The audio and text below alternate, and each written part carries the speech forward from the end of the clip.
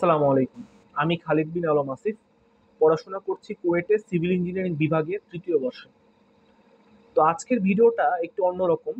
এটা আমরা নর্মাল যেসব ক্লাস লেকচার দেই অথবা এডুকেশনাল ভিডিও দেই, গাইডলাইন ভিডিও দেই, এটা ঠিক সেরকম না। তো আজকের ভিডিওটা হচ্ছে মানে আমার জীবনের একটা গল্প শেয়ার করা, যে মানে কিভাবে মহান আল্লাহ রব্বুল আলামিন আমাকে মানে একেবারে খাদের কিনারা থেকে আলহামদুলিল্লাহ একটা প্রকৌশল বিশ্ববিদ্যালয়ে অধ্যয়ন করার সুযোগ করে দিয়েছেন। তো মানে আমি হলাম এমন একটা লোক, মানে যে এসএসসি এইচএসসি তে মানে এসএসসি তে আমি হয়েছিলাম উপজেলায় ফার্স্ট। মানে আমি, আমার বাসা হচ্ছে বরিশাল। তো বরিশালের গৌরনদী উপজেলায় আমি প্রথম স্থান অধিকার করেছিলাম এসএসসি তে, এবং আমি বরাবরই আমি ওইখানে যে স্কুলে পড়তাম পালরদি মডেল স্কুল অ্যান্ড কলেজ, ওইখানেও আমি প্রথম ছিলাম। তো দেখা গেছে একটা লং টাইম পিরিয়ড ধরে আমি প্রথম ছিলাম। এরপর আমি জীবনের ফার্স্ট ধাক্কাটা খাই নটরডেম কলেজ ভর্তি পরীক্ষায়। সো নটরডেম কলেজ ভর্তি পরীক্ষায় মানে দেখা গেছে যে মানে অনেক দীর্ঘ সময়ের পর এসএসসি পরীক্ষা শেষ, এরপর যেহেতু আমি ছুটিটা পেয়েছিলাম, তো আমি আসলে পড়াশোনার প্রতি আগ্রহটা অনেকটা কমে গিয়েছিল, যে আমি যে কলেজ ভর্তি পরীক্ষার জন্য একটু দেখবো, পড়াশোনা করব, প্রবলেম সলভ করব। তো ওই ইচ্ছাটা তখন আর ছিল না। আসলে আমি কি বলবো, যে উদ্ভাসে কোচিং ও ভর্তি হয়েছিলাম কলেজ ভর্তি পরীক্ষার জন্য, কিন্তু দেখা যাচ্ছে ওই সিরিয়াসনেসটা আমার মধ্যে ছিল না। তো নটরডেম কলেজ ভর্তি পরীক্ষায় আমি দেখা যাচ্ছে কিছু জানা কোশ্চেন ভুল করে দিয়ে আসছি, এবং ইংলিশ পার্টটাও আমার তেমন একটা ভালো হয় নাই। সো আমার নটরডেমের চান্স হয় নাই। সো আমার আত্মীয় স্বজনের মধ্যে সবাই মনে করতো যে আমি খুবই ভালো স্টুডেন্ট। সো মানে তারা একটা আমাকে অন্য চোখে দেখতো, যে কারণ উপজেলায় প্রথম ছিলাম, বরাবরই ভালো ফলাফল করছি, এবং এক্সট্রা কারিকুলার অ্যাক্টিভিটিসও আমার আহ, অর্জন বেশ ভালো। জাতীয় পর্যায়ে গিয়েছি, বিভাগীয় পর্যায়ে অনেকগুলো পুরস্কার আছে। সো তারা আমাকে নিয়ে অনেক এক্সপেকটেশন করেছিল, কিন্তু কলেজ ভর্তি পরীক্ষায় আমি হিটে নেই, টিকি নাই। সো এরপর আমি ভর্তি হলাম ঢাকা রেসিডেন্সিয়াল মডেল কলেজে, প্রভাতী মানে অর্থাৎ মর্নিং শিফটে। সো ওইখানে আমি আমার মামার বাসায় থাকতে করেছি। মানে আমি থেকেছি হচ্ছে আমার মামার বাসায়, ওইখানে একটা সাবলে একটা রুমের থেকেছি। তো মানে এমন একটা লাইফ যে দেখা যাচ্ছে যে আমার কলেজের ফ্রেন্ডরা অনেকে হাউসে থাকতো, অনেকে মোহাম্মদপুর থাকতো, কিন্তু আমি থাকতাম মিরপুর ওই মামার বাসার।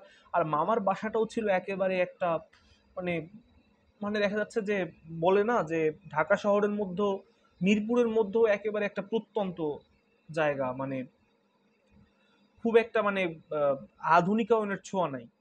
ওইটা হচ্ছে তোমার ইটখোলা বাজার, কাজীপাড়ার ভিতরে ইটখোলা বাজার। তো ওইখানে গেলাম। এখন ওই সময় তো আমার মাথায় একটা প্যারা শুরু হলো যে আল্লাহ, আমি আহ, আগে তো যখন এলাকায় থাকতাম তখন কিছু নির্ধারিত টিচার ছিল, যে যারা এলাকায় হয়তো ফিজিক্স ভালো পড়াতে পারে, কেমিস্ট্রি ভালো পড়াতে পারে, ঠিক আছে, ওরকম তাদের কাছে আমি পড়তাম। তো এখন আমি পড়বো কার কাছে? আমি তো কোনো টিচারকেই চিনি না, কে কেমন পড়ায় জানি না।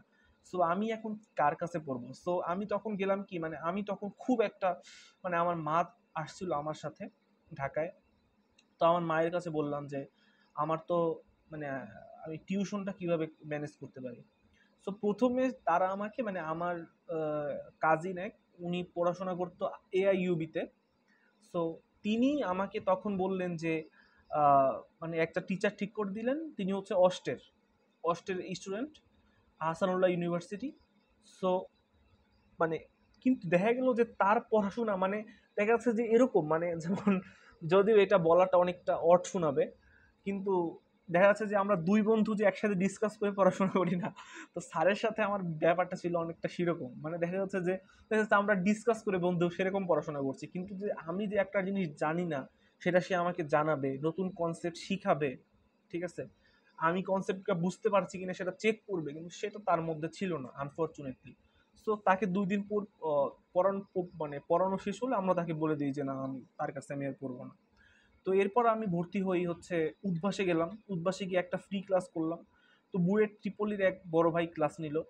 সো ওইখানে কি হলো যে বড় ভাই তার জীবনের গল্প বলতে বলতে যে সে কিভাবে এনডিসিতে মানে পড়লো, এনডিসিতে তার ফেভারিট সাবজেক্ট ছিল বায়োলজি, ঠিক আছে, সে ওইখানে আসলো। তো ভাই একটু ফ্লেক্সও নিল যে আমি পাশ করে বের হলেই হ্যাঁ আমি পাওয়ার প্ল্যান্টে জব পাবো, সেখানে আমার 1 লাখ টাকা স্যালারি, ঠিক আছে। তারপর বুয়েট ইউনিয়নটা কেন সেরা, ঠিক আছে, এরকম বুয়েট কেন বেস্ট, এইসব কিছু মানে জাস্ট মানে নিজেকে নিয়ে একটু কথাবার্তা বললো। তো এরপর আমার কাছে খুব খারাপ লাগলো যে আমি 1 ঘন্টা সময় ব্যয় করে এসেছি কিছু শেখার জন্য, কিন্তু ভাই তো শুধু বুয়েট বুয়েট করে আর নিজের একটু প্রশংসা করি ক্লাসটা শেষ করে দিল। সো আমি তো কিছু শিখতে পারলাম না আলটিমেটলি। তো আমি তো গ্রাম থেকে এসেছি, সো আমি মনে করেছি যে যদি এরকম যদি প্রত্যেকটা ক্লাস যদি এরকমই হয় তাহলে তো আমরা কিছুই শিখতে পারবো না। সো আমি ওইখানেও বাদ দিলাম। পরবর্তীতে আমি আনন্দ রোডে ওই যে আদমজি ক্যান্টনমেন্ট কলেজের যে স্যার ছিল তাদের কাছে আমি পড়েছি। সো আমার আহ, জানি না এই ভিডিওটা আমার পরিবারের লোক অথবা মামা তারা দেখবে কিনা, কিন্তু আমার লাইফটা আমার মামার বাসায় মোটেও ভালো ছিল না। মানে এইটা হয়তো একটু কিরকম শোনাবে জানি না, আমি তাদের প্রতি কৃতজ্ঞ, তারা আমাকে করেছে। কিন্তু মামার বাসায় ভালো ছিল না বলতে আমি তাদের দোষ দিচ্ছি না। দেখা যাচ্ছে যে চারপাশের এনভায়রনমেন্ট, যে সিচুয়েশন ছিলাম ওই সিচুয়েশন আমি ওগুলো বলতে চাচ্ছি না। যাই হোক, আমার এটা ভালো ছিল না এবং আমি খুব ইনফেরিয়রিটি কমপ্লেক্সে ভুগতাম, নিজেকে অনেক ছোট মনে করতাম।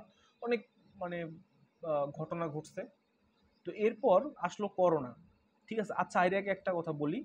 এর আগে হচ্ছে আমি কুয়েটে এডমিশন, এর আগে হচ্ছে আমি আমার রেসিডেন্সিয়ালে অর্ধবার্ষিক পরীক্ষা হয়েছিল।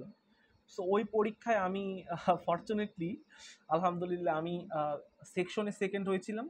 আর পুরো মর্নিং শিফট 8 হয়েছিলাম। সো এইটা হওয়ার পর দেখা যাচ্ছে যে আমার কনফিডেন্সটা অনেক বেড়ে গেছে, ঠিক আছে। এবং দেখা যাচ্ছে যে আমার ভালো করার আগ্রহ, যে আমাকে ভালো করতে হবে, আমি পারবো, এবং আমার নিজের মধ্যে একটা অহংকারও বেড়ে গিয়েছিল, ঠিক আছে। এরপর আমি যখন করোনা শুরু হয় তখন আমি চলে যাই হচ্ছে আমার গ্রামের বাড়িতে। তো গ্রামের বাড়িতে যাওয়ার পর এরপর যে সমস্যাটা শুরু হয় যে আমার আগে মোবাইল ছিল না, ল্যাপটপ ছিল কিন্তু কোনো অ্যান্ড্রয়েড সেট ছিল না। তো ওই সময় যেহেতু করোনা আসছে, সো আমি কিভাবে পড়াশোনা করব, যেহেতু আমি বই খাতাও তেমন একটা নিয়ে আসি নাই। সো মোবাইল থাকলে আমি হচ্ছে পিডিএফ দিয়ে কিছু পড়াশোনা করতে পারবো। সো আমি স্টাডির কাজেই মূলত মোবাইলটা কিনি, একটা মোবাইল কিনি 10,000 টাকা দামের। তো করোনার সময় দেখা গেছে কি এত লং টাইমে আমি মোবাইলের প্রতি খুব অ্যাডিক্টেড হয়ে গেছি এবং আমার রেগুলার পড়াশোনাটা ছিল না। আর আমি পড়াশোনা বলতে কি বুঝতাম আসলে 2021 ব্যাচ যারা মানে 2020 সালে যারা করোনাটা ফেস করেছে, করোনার ওই সময়টা খুব অনলাইন ক্লাসের খুব জোয়ার ছিল, বন্দি পাঠশালা সহ অনেক বড় ভাইরা অনলাইনে ফ্রি ক্লাস করাইতো। সো দেখা গেছে কি যে একটা লং টাইম ধরে আমি অনলাইন ক্লাসের প্রতি এতটা অ্যাডিক্টেড হয়ে গেছিলাম যে আহ, মানে আমি শুধু অনলাইন ক্লাসই করতাম। আমি যে কনসেপ্টটা বুঝে আমার যে প্র্যাকটিস করা লাগবে, আমার যে বই পড়ে মানে ছোট ছোট কনসেপ্টগুলো ক্লিয়ার করে ওভারঅল লং কনসেপ্টটা ক্লিয়ার করতে হবে, সেটা আমার আইডিয়া ছিল না, সেটা আমি বুঝতে পারিনি। সো এইভাবে চলে গেল আমার পুরো করোনার সময়টা। এরপর 2021 সালে আমি দেখা গেছে যে এইচএসসি পরীক্ষা দিব লাস্টে একেবারে ডিসেম্বরের দিকে। তো ওই সময় আমি গেলাম আমার ফুপির বাসায় থাকলাম। তো ওই ক্ষেত্রে দেখা গেছে কি আমার ফুপি হচ্ছে পার্লামেন্টে জব করে। সো ফুপি চলে যেত অফিসে, আমি থাকতাম ওই বাসায় একা। সো ওই ক্ষেত্রে দেখা গেছে যে আমার দেখা গেছে যে খাওয়া দাওয়া একটু সমস্যা হইতো, থাকায় সমস্যা হইতো। তো এইভাবে চলছিল আমার জীবন। তো এরপর ইন্টারমিডিয়েট পরীক্ষা দিলাম।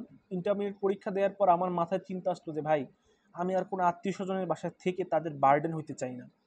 তো আমি চাই একটা হোস্টেলে থাকতে। এর জন্য আমরা বন্ধুরা মিলে মেস দেখা শুরু করলাম। কিন্তু যে একটা প্রবলেম হলো সেটা হচ্ছে যে ভাই, ঢাকা শহরে তুমি ফার্ম গেটে এডমিশন সিজনে মানে যখন ভর্তি মানে তোমার এইচএসসি শেষ তখন তোমার বাসা পাওয়া টাফ। তোমার আগেই বাসা ঠিক করা লাগবে, নাইলে কিন্তু তুমি বাসা পাওয়া তুলনামূলক টাফ। সো সেই অ্যাজামশন অনুযায়ী আমি বাসা পেলাম না। সো এরপর কি করব, এরপর হচ্ছে আমার এক বন্ধু মানে ওই বন্ধুর বাবা হচ্ছে পার্লামেন্টে জব করে, তার বাবাও। সো তাদের বাসার নিচে একটা রুম ছিল, যে রুমে একটা রুম। সো এই এক রুমে আমরা থাকলাম, আমি আর আমার একটা ফ্রেন্ড আছে, এই দুইজন থাকলাম। সো ওই ক্ষেত্রে দেখা যাচ্ছে যে কিছুটা হিউমিলিয়েশনের শিকার হইতে হয়েছে, মানে ওর আমার মানে যেই ফ্রেন্ডের বাসায় থাকতাম ওই ফ্রেন্ড। সো আমি সব কথা বলবো না, দেখা গেছে যে ওইখানেও আমার লাইফটা খুব টাফ ছিল। এবং একদিন আমার ওই ফ্রেন্ডটা আমাকে এমন একটা কথা বলছে যেই কথার ফলে আমি ওই বাসা থেকে কাউকে কিছু না বলে চলে আসি। সো টিল নাও এরপরে আমি একদিন ওই বাসায় গিয়েছিলাম, টিল নাও আমি এখন পর্যন্ত ওই বাসার আমি মানে কারোর সাথে মানে আঙ্কেল আন্টি সহ কারোর সাথে কথাবার্তা বলি না, ঠিক আছে। সো এইভাবে এখন আমার চলে আসলো। তো এরপর আমার পরীক্ষা আসলো ঢাকা ইউনিভার্সিটি। ঢাকা ইউনিভার্সিটির পরীক্ষা আমি পাসই করলাম না। এরপর পরীক্ষা আসলো বুয়েট। বুয়েটের পরীক্ষায় প্রিলিতে টিকলাম, রিটেনে টিকলাম না। এরপর রাজশাহী ইউনিভার্সিটি, চান্স পেলাম না। এরপরে পরীক্ষা দিলাম জিএসটি, আশা করছিলাম শাহজালালে পাবো, কিন্তু পাইছি নাম্বার 60.25। ওই আমাদের সময় ওইটা দিয়া শাহজালালে ভালো সাবজেক্ট পাওয়া যেত না। তো এইভাবে অনেক একটা সময় এসে মানে আমার ফ্যামিলির লোকজন হাল ছেড়ে দিছে আমার উপর, যে আমাকে দিয়ে হয়তো কিছু হবে না, আমি হয়তো কিছুই করতে পারবো না। তো ওই সময় একটা কথা, যে আইইউটিতে আমার অনেক পরে পজিশন আসছিল, 1887 মেবি, কিন্তু ওই পজিশনে ওই সময় আইইউটিতে আমার সিভিল আসছিল অনেকগুলো মাইগ্রেশনের পর। তো আমার ফ্যামিলি প্রথমে চিন্তা করছিল যে সিভিলে ভর্তি করানো যায় কি না। আমাকে বলছিল তা বাবা মার যত সম্বল আছে সারা জীবনে সব কিছু দিয়ে আমাকে ভর্তি করাবে। কিন্তু লাস্ট মোমেন্টে এসে আমি আমার ডিসিশন চেঞ্জ করি যে না, আমি দরকার হলে গুচ্ছের একটা নর্মাল বিশ্ববিদ্যালয়ে পড়াশোনা করব, জীবনে যা হয় হবে, তাও আমি বাবা মার এত টাকা রিস্ক নিয়ে আমি পড়াশোনা করতে পারবো না। তো এরপর দেখা গেছে যে রুয়েট কুয়েট চুয়েটের পরীক্ষা বাকি ছিল। তো আলহামদুলিল্লাহ আমি বলবো যে আমার ওই সময় আসলে আমি কিন্তু পরিশ্রম করতাম অনেক, এডমিশন টাইম অনেক পরিশ্রম করছি, কিন্তু দেখা গেছে যে সঠিক মেন্টরশিপ পাইনি, কিভাবে মানে একটা কনসেপ্ট কিভাবে পড়তে হবে, কিভাবে প্র্যাকটিস করতে হবে, ঠিক আছে, এগুলো আসলে মানে একটা কনসেপ্টের ডিপে কিভাবে যাওয়া যায়, এইসব জিনিস আসলে বুঝতে পারেনি। এবং একটা পরীক্ষার কোশ্চেন প্যাটার্ন সম্পর্কে আইডিয়া নিয়ে আমার কতটুকু পড়া উচিত, কি কি ট্রিক্স ফলো করা উচিত, কোন পরীক্ষার জন্য ক্যালকুলেটর জানা উচিত, কোন পরীক্ষার জন্য ক্যালকুলেটর জানা উচিত না, ক্যালকুলেটরের কি কি ট্রিক্স জানা উচিত, সো এগুলো সম্পর্কে আমার আইডিয়া ছিল না। আমার ছিল গদ বাঁধা প্রিপারেশন আমি নিছি প্রত্যেকটা পরীক্ষার জন্য। সো এরপর আমি যখন ওই বুয়েট সিএসসি 20 ব্যাচের ফাহিম ভাই, ওনার একটা পেজ আছে, মানে চ্যানেল আছে, কোয়ার্কপ এডুকেশন। সো ওনার একটা আমি 10 দিনের একটা কোর্স নিয়েছিলাম, যে মানে সরি 15 ডেজ সিকেরুয়েট 15 ডেজ। তো ওই কোর্সটা করার পর দেখা গেছে যে আমি মানে ওই কোর্সে উনি কোশ্চেন প্যাটার্ন সম্পর্কে কিভাবে পড়তে হবে, একটা চ্যাপ্টার কিভাবে পড়তে হয়, ঠিক আছে, কোনখান থেকে কোশ্চেন সলভ করতে হয়, তো উনি একটা ওভারঅল আইডিয়া দিছিলেন। এর ফলে দেখা গেছে কি ভাই, আমি একটা কথা বলি যে কুয়েট ভর্তি পরীক্ষাটা ছিল বলতে গেলে আমার জন্য লাস্ট চান্স, কারণ আমি কোথাও তেমন আমার ভালো পজিশনে আমার চান্স হয়নি। সো ওই দিন আমি আমার রাতে আমি আমার আমার মা একটা হোটেলে গিয়ে উঠলাম। তো দেখা গেছে যে আমি আমার মাকে সবসময় বলছিলাম, মা আমার জন্য একটু দোয়া করো, আমার জন্য একটু দোয়া করো, দোয়া করো, তুমি সারাক্ষণ আমার জন্য দোয়া করবা, তোমার আর কোনো কাজ নাই। তো ওই দিন আমার রাতে ঘুম আসে না। তো ঘুম আসলো, পরের দিন সকালে উঠে আমার মা বলল যে একটা স্বপ্ন দেখছি, যে একজন লোক আমাকে বলতেছে যে তো তুই যে জন্য আসছিস অথবা তোর ছেলে যে জন্য করতেছে ওই জিনিসটা সফল হবে। তো ওইটা শুনে আমার মনে একটু প্রশান্তি আসলো। আবার চিন্তাও হলো যে আহ, সাধারণত অনেকে তো বলে যে স্বপ্নে যেটা দেখে ওইটা হয় না, ওটার অপোজিট হয়। তা আমি একটু আরেকটু ভয় পেয়ে গেলাম, ঠিক আছে। এরপর পরীক্ষা দিতে গেলাম, পরীক্ষা দিলাম। প্রথমে কোশ্চেন পেয়ে দেখি যে কিছুই পারি না কোশ্চেনে। এরপর প্রথমে শুরু করলাম আমি কেমিস্ট্রি দিয়ে। কেমিস্ট্রি কোশ্চেন ব্যাংক থেকে অনেক কোশ্চেন হুবহু কমন আসছিল, তো ওই কোশ্চেনগুলো মানে অ্যান্সার করে আসলাম। এরপর দেখা গেছে যে ফিজিক্সে গেছি, ফিজিক্সে দেখা গেছে অনেক পারা ম্যাথ পারতেছি না, কিন্তু যেগুলো এক কথায় পারা যায় ওগুলো আগে ট্রাই করলাম।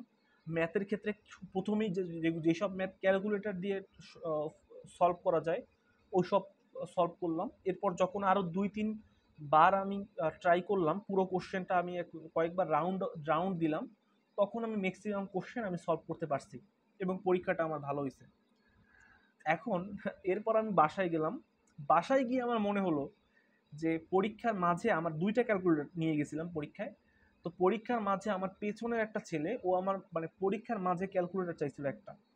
সো আমি আমার একটা ক্যালকুলেটর মানে আমার কাছে ছিল ইএক্স ক্যালকুলেটর 991 ইএক্স, আর 100 এমএস ক্যালকুলেটরটা ওকে দিয়ে দিয়েছিলাম। তো ওই সময় একটা ট্রেন্ড ছিল যে স্কুয়েটে মানে সিকেরুয়েটে সাইলেন্ট এক্সপেল ব্যাপারটা নিয়ে অনেক সবাই কানাঘুষা চলতো বিভিন্ন গ্রুপে। তো আমি মানে ওই ব্যাপারটা নিয়ে এবার ভয় পাইতেছিলাম। মানে চিন্তা করো যে আমার মাইন্ড কতটা দুর্বল ছিল। আসলে আমার তো অসহায় ছিলাম, আসলে ওই সময় তো আর কোনো মানে অপশন ছিল না আমার হাতে। সো আমি কি করলাম ওই সময় ওইটা। এরপর আমার মানে রেজাল্ট দেওয়ার আগ পর্যন্ত আমি এটা চিন্তা করছি যে আল্লাহ আমার পরীক্ষা তো মোটামুটি ভালো হয়েছে, কিন্তু আমি এবার সাইলেন্ট এক্সপেল্ড হয়ে যাই কিনা। এরপর মানে যেদিন কুয়েটের রেজাল্ট দিল, মানে ওই দিন আবার আমি বুটেক্সে ভর্তি পরীক্ষা দেওয়ার জন্য রওনা দিচ্ছি বাসা থেকে ঢাকার উদ্দেশ্যে। তো যখন বাবুবাজার গিয়ে পৌঁছালাম ঢাকা, তখন আমার প্রচণ্ড মানে ওয়াশরুমে যাইতে হবে, মানে বুঝতে পারছো, ওয়াশরুমে যাইতে হবে। সো ওয়াশরুমে যখন যাইতে হবে তখন আমি মানে এত পরিমাণ আমার চাপ দিছে। So, আমি ড্রাইভারকে বললাম যে ভাই আপনি গাড়িটা থামান, গাড়িটা থামান। সে বলে যে না ভাই গাড়িটা এখানে থামানো যাবে না, কোনো মতেই থামানো যাবে না। সো আমি তখন অনেকটা বাধ্য হয়ে আমি নিচে মানে বাবুবাজারেই নেমে পড়লাম। ওইখানে গিয়ে আমি ওয়াশরুমের কাজটা সারলাম। এরপর আমার হঠাৎ করে আমার মা ফোন দিয়ে বলে কি যে আজকে তো কুয়েটের রেজাল্ট দিতে পারে, ফেসবুকে দেখতেছি। তো এইটা শুনে তো আমার হার্টবিট আরও অনেক বেড়ে গেছে যে ভাই কি হয় না হয়, ভয়ে আমি শেষ। এরপর আমি আমার কাজিনের থেকে কল নিয়ে আমি কিছু টাকা মানে মোবাইলে এমবি রিচার্জ করলাম। করার পরে আমার রোল নাম্বারটা আমার মনে ছিল না। তো আমি আমার মাকে ফোন দিলাম যে মা, আমার রোল নাম্বারটা তুমি একটু বলো তো। কাহিনী শোনো তো, আমার মা একটা রোল নাম্বার বলছে। পরবর্তীতে আমি যখন সার্চ দিলাম, মানে রোল নাম্বার দিয়ে সার্চ দিলাম, তখন দেখি আমার পজিশন আসে 4500 সামথিং। তা আমি তো খুব খুশি যে যাই হোক আমার কোথাও একটা চান্স হয় নাই, কুয়েটে তো 4000 সিট আছে। সো যেহেতু সিকের একসাথে পরীক্ষা হয়েছে, সো আমার একটা সিট হয়ে যাবে হয়তো, মানে একটা যে কোনো একটা সিট, টেক্সটাইল ইউআরপি হলো আমি খুশি। পরবর্তী সময় আবার আমার আম্মু ফোন দিয়ে বলে কি আরে তোর রোল নাম্বারটা ভুল বলা হয়েছে, ওইটা রোল নাম্বার না তোর, আসল একটা ডিজিট হয়তো ভুল হয়ে গেছে। তখন তো আমার মাথা কেমন লাগে তখন বলো যে তখন আমি আরো একটু ভয় পেয়ে গেলাম যে আল্লাহ এখন কি হয় আল্লাহ জানে। তো তখন আমাকে রোল নাম্বারটা বললো, তখন আমি সার্চ দিয়ে দেখলাম যে না, আমার পজিশন আসছে 787, 787। যেখানে আমি 4500 পজিশন দেখে খুশি হয়ে গেছি, সেখানে আমার পজিশন আসছে 787। সো তখন মানে ওই মুহূর্তে আমার যে মানে অনুভূতিটা কেমন ছিল, ওইটা আসলে আমি বলে বোঝাতে পারবো না। বুঝতে পারছো ওই সময় না, আমি আমার মাকে আবার ফোন দিলাম। ফোন দিয়ে আমি শুধু কাঁদছি কাঁদছি অঝরে, শুধু কাঁদছি। কেঁদে কেঁদে শুধু বলছি আম্মু তুমি কি রোল নাম্বারটা সঠিক বলছো, এইটাই কি আমার রোল নাম্বার, এইটাই কি আমার রোল নাম্বার, তুমি আবার বলো আবার বলো আবার বলো। তো আমি শুধু আবার বলতেছি এটাই এটাই রোল নাম্বার। আম্মু বলতেছে আমি আবার চেক করতেছি আবার চেক করতেছি। আমার মনে হয় যে ওই বাবুবাজার থেকে কাজীপাড়া যাওয়া পর্যন্ত পুরোটা যে সময় 1 ঘন্টা 1.5 ঘন্টা, আমি কিছুক্ষণ পর পরই ফোন দিছি আমার বোন রে না হয় আম্মুরে, যে তুমি রোল নাম্বারটা ঠিক বলছো তো, ঠিক বলছো তো, ঠিক বলছো তো। বলে হ্যাঁ হ্যাঁ ঠিক বলছি। ওই সময় না ভাই আমি অঝরে কেঁদে দিছি ওই মানে বাবুবাজারের ওইখানে মানে গুলিস্তান। অঝরে কাঁদছি, খুব কাঁদছি। আশেপাশের লোকজন তাকাই তাকাই দেখতেছে যে একটা ছেলে রাস্তার মাঝখানে কাঁদতেছে, মানে এমন একটা পরিস্থিতি তৈরি হয়েছিল। তো এরপর আমি রিক্সা উঠলাম। তো রিক্সা ওঠার পর রিক্সা থেকে যখন নামলাম, তখন রিক্সাওয়ালা মামারে মনে হয় যে আমি 40 টাকার ধর 80 টাকা দিছিলাম মনে হয়, আমার এরকম মনে পড়ে। তো তাকে আমি বলছিলাম যে মামা আপনার দিলাম খুশি হয়ে, কারণ আমি আসলে কি ওই সময় তো আবেগী মন, অনেক কিছু আবেগেই বলে ফেলছি। যে মামা আমি বাংলাদেশের মধ্যে 787তম হয়েছি, দোয়া করে নেওয়ার জন্য। তো যাই হোক এরপর বাসায় গেলাম। এরপর দেখা গেছে যে আমি যখন ফার্মগেটে নামছি তখন আমি মোবাইলই স্ট্যাটাসটা দিতেছিলাম যে আমি চান্স পাইছি। তো ওইটা আমার এখনো মনে আছে যে আমি কি স্ট্যাটাস দিছিলাম, যে আলহামদুলিল্লাহ KUET CUET CUET combined admission test 787, সমস্ত প্রশংসা একমাত্র মহান আল্লাহ তাআলার। আহ, সবাই দোয়া করবেন যেন একজন দক্ষ প্রকৌশলী হয়ে দেশ জাতির সেবা করতে পারি, সবাই আমার পরিবারের জন্য দোয়া করবেন। তো এরকম একটা দিয়ে আমি রেজাল্টটা পোস্ট করছিলাম, এবং একটু পর পর দেখছিলাম যে কে কমেন্ট করে, কে লাইক রিয়্যাক্ট করতেছে। তো ওই দিনটা ছিল জীবনের একটা সেরা দিন, ঠিক আছে। সো আমি যেটা বলবো যে ভাই দেখেন আমি কোথাও চান্স পাই না, আমি এত ভালো একটা ব্যাকগ্রাউন্ড স্টুডেন্ট। আমার এসএসসিতে উপজেলায় ফার্স্ট, এইচএসসিতে ঢাকা রেসিডেন্সিয়াল মডেল কলেজ থেকে আহ, মানে আমি গোল্ডেন এ প্লাস পেয়ে মোহাম্মদপুর থানায় বৃত্তি পর্যন্ত পাইছি। এরপর আমি কলেজের হাফ ইয়ারলি পরীক্ষায় পুরো মানে মর্নিং শিফটের মধ্যে অষ্টম হয়েছিলাম। তো আমার অনেক একটা ভালো জিনিস কনসিস্টেন্সির অভাবে ধ্বংস হয়ে গেল, সেটা হচ্ছে যে করোনার সময়, ঠিক আছে, কনসিস্টেন্সি ধরে রাখতে পারিনি। সো পরবর্তীতে অনেক জায়গায় ব্যর্থ হইতে হইতে হইতে হইতে ভাই হাল ছাড়িনি, চেষ্টা করা থামাইনি। আল্লাহ কিন্তু আমাকে এক জায়গায় দিয়ে দিছে, এবং আলহামদুলিল্লাহ মানে একটা বাংলাদেশের মধ্যে একটা ভালো জায়গায় আল্লাহ দিছে। তো আপনাদের কাছে এইটাই মানে বলবো যে জীবনে কখনো সাহস হারানো যাবে না, আত্মবিশ্বাস হারানো যাবে না। চেষ্টা করতে করতে, যে বলছে না যে I will die but I will die trying, চেষ্টা করতে করতে মারা যাবে। সো এইটাই হোক আপনার আগামী দিনের মোটো। সবাইকে ধন্যবাদ, আমার জন্য দোয়া করবেন।